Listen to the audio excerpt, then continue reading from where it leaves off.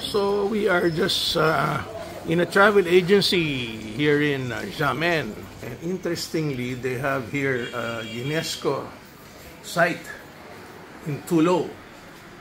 Yes, that's the UNESCO site.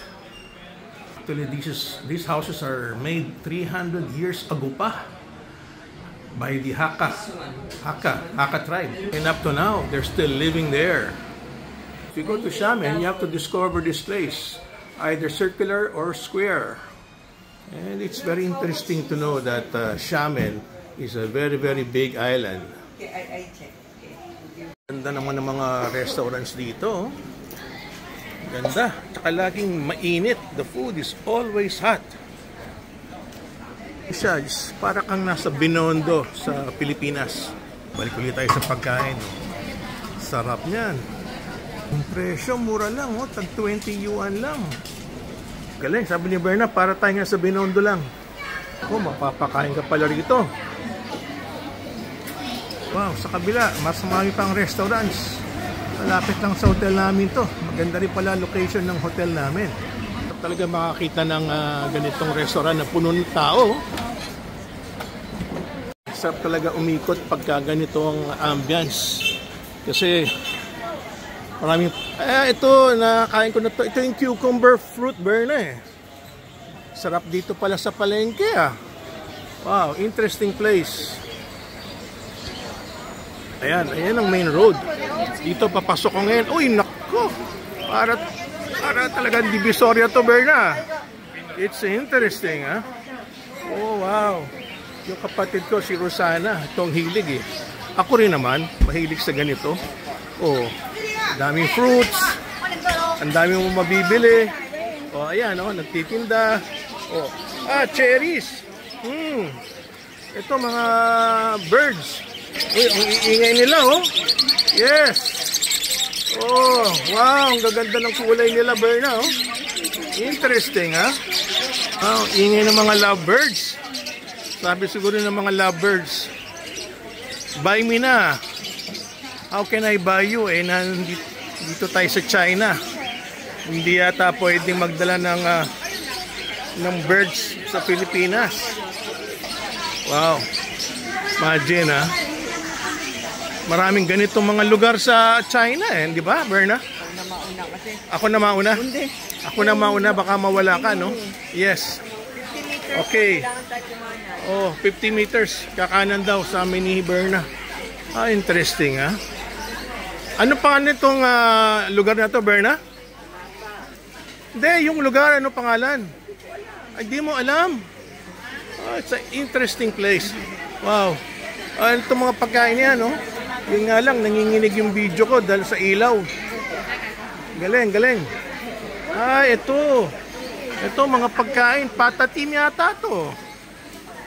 Yan, patatim, chicken feet. May duck pa, Uy, okay itong ginagawa ng mamang to, Wow. Piniikot-ikot yung meat, Wow, galing yan. Ang sarap siguro niyan. Hello. Sarap kumain sa restaurant niya, Hindi, mababait siya mga yan. Yung mga puti lang ayaw. Ito yung cucumber fruit, Problema lang, paano magkaintindihan? Yun lang ang problema. Kaya kailangan talaga, meron ka rito ang kinatawag na translator. Wow, 10 baht lang, Uy, okay yan. Dito naman, seafoods, mag-course buhay, May shrimp, merong crabs. Wow. I'm sure mura kumain dito. Siyempre. Yan yung oyster na in-order namin. Naging oyster cake. Okay. Ano itong mga to, Parang mga shells. Interesting yung mga binebenta nila, ito sea urchin. Uy, ito starfish binebenta nila.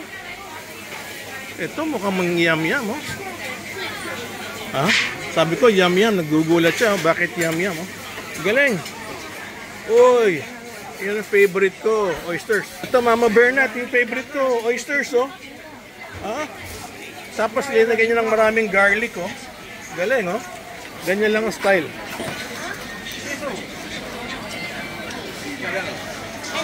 Yun ang gustong bilhin dito. Ito yung stomach ng ano, ng isda. Ito, curious ako dito, oh. Yung mga shrimp, oh. Dinadry nila. Pero itong gusto kong bilhin eh. Ito, yan, oh. Mahal din yan eh. Nasa mga 1,000 pesos per kilo. Grabe, hindi mo alam kung saan ka dadaan dito, ah. Sige, sundan kita kung gano'n. Ikaw sundan ko. Ha? Nahirapan ka sumunod sa akin? Ito talaga ang pinupuntahan namin. Market. Pero sabi sa map, seafoods market. Hindi naman to seafoods market. Talagang tunay na palengke to. Ilan? 190 meters. Talagang palengke to, Berna. Palengke na palengke. Ito, maraming pwede palang bilhin na pangsabaw dito, oh. Wow. Itong gusto kong bilhin, oh. Dalhin sa Manila, oh. Yan, oh. Hindi, sandali. Yan yung stomach ba? Ito yung stomach ng isda eh. Kung hindi ako nakakamali eh. May tawag dito eh. Mahirap hanapin sa Manila to. Yan, oh. Oh, dito pala yung mga isda, oh. Oh, ang dami. Yun nga lang, yumayanig yung aking camera. Ito yung crabs na, Alaskan crabs na sobrang mahal.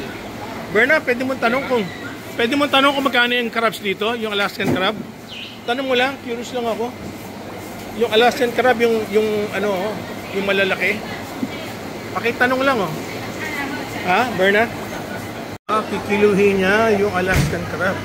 Oo, magkano? Magkano yan? Wait a minute, ha? 750 to ang babayaran mo. 440 pala per kilo? Oo. 750. Okay. So magkano yun sa pesos? Berna? 3,200. Ha? 3,000. 1.7 kilo pala yan. 440. 752 lahat. Wow, yung mga kaibigan ko sa dagat, nakakulong lahat, oh. Yun, masarap yun, oh. Elephant crab, oh. Dami palang pagkain dito. Ito, panay Alaskan crab. Wow, dito pala masarap kumain, Berna. Pag may bisita ka pala, dito masarap kumain, oh. Lobsters, bali wala na lobsters dito, oh. Wow, galing, galing. Ito pangalan ng restaurant, no? Ito parang maliliit na sharks to, Berna, oh. No? Oh, grabe. Tad-tad pala ang ano rito. Seafoods. Ha? Naku, nagcha-Chinese, di ko maintindihan. Yun ang problema. Sana magkaintindihan kami, oh. Ang dami pala dito. Wow! Okay pala tumira doon sa hotel namin kahit di maganda, oh. Sawa ka pala sa pagkain dito. Panay isda. Uy. Yan, oh. Alaska. King crab, Alaska, no? Ang lalaki ng mga crabs doon, no? Lala. Panay ano pala rito? Panay seafoods. Tapos meron silang restaurant. Wow. Uy, ang dami. Sa kaya galing ang mga Alaskan crab na yan? Bakit napakarami dito sa China? Nabubuhay lang yan sa malamig, eh, oh. Dami. Ibang klase ang dami. Oh, wow, malilito ka sa dami ng seafoods dito. Oh, may mga restaurant pa. Nako. Kakalito na kumain. Yung palang maganda rito sa area na to. Very good. Yan ang pangalan ng restaurant, no? Ayan. 3 kilos? Bakit gano'n? Ito? Yan ang nakalagay, oh. 3 kilos ba yan? Berna, 3.04? Tama ba? Ikaw nga makipag-usap, sabi mo yung maliit lang. Sinuli na niya, baka hindi kami nakaintindihan. Yan, si Berna na makipag-usap. Yung pinakamaliit na ilang kilo.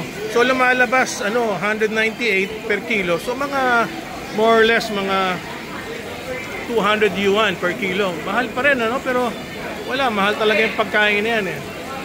Ayan, kailangan talaga ng translator eh. Ayan, pipili siya ng pinakamaliit. Maliit na ba yan? Pinili niya? Malaki pa rin yan eh. Oh, yan, mukhang yung, ha?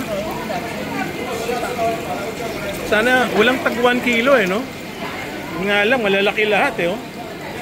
Oh, wow. Mas malaki pa yan. Oh, yan, ilang kilo yan? Tingnan mo, Berna. Oh. Tingnan mo, gaano karami? Ha? Wala bang maliit? Wala bang taga 1.5 kilo lang? Daming ano, seafoods, oh. Grabe.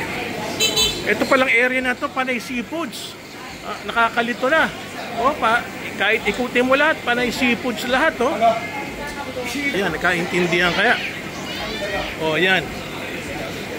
Wala sa Pilipinas yan. Kung meron sa Pilipinas yan, ano yan? Yan ganyang kalaki, mga 20,000 pesos. Dito mo lang makakain sa China ng medyo mura-mura yan. Kasi nabubuhay yan sa malamig. Kaya nga tinawag nga na Alaskan crab eh. Mas mahal pa yan sa snow crab. Ayun, hindi ko alam kung nakaintindihan sila, oh. Ito mga crabs na to magaganda rin, oh. Wow. Kung mahilig ka pala sa seafoods, oh. 570 yuan. Ha? Magkano? 570 yuan. 570 yung maliit? Mahal. 2.9 kilos. Oh, sige. Okay na. At least may idea tayo. Thank you. Ito pala ang pangalan ng street, kay Yuan Lu. Malapit sa Mercure Hotel namin. Pupunta kayo sa Seafoods Market. Yan, mas malaking pangalan, kay Yuan Road. Pala yan. Okay, so we're back to the hotel. Next adventure is Grand Mercure. Yung hotel namin sa Palengke area, Mercure. Mercure sa amin, Jakem Gubuk. Okay, thank you for watching.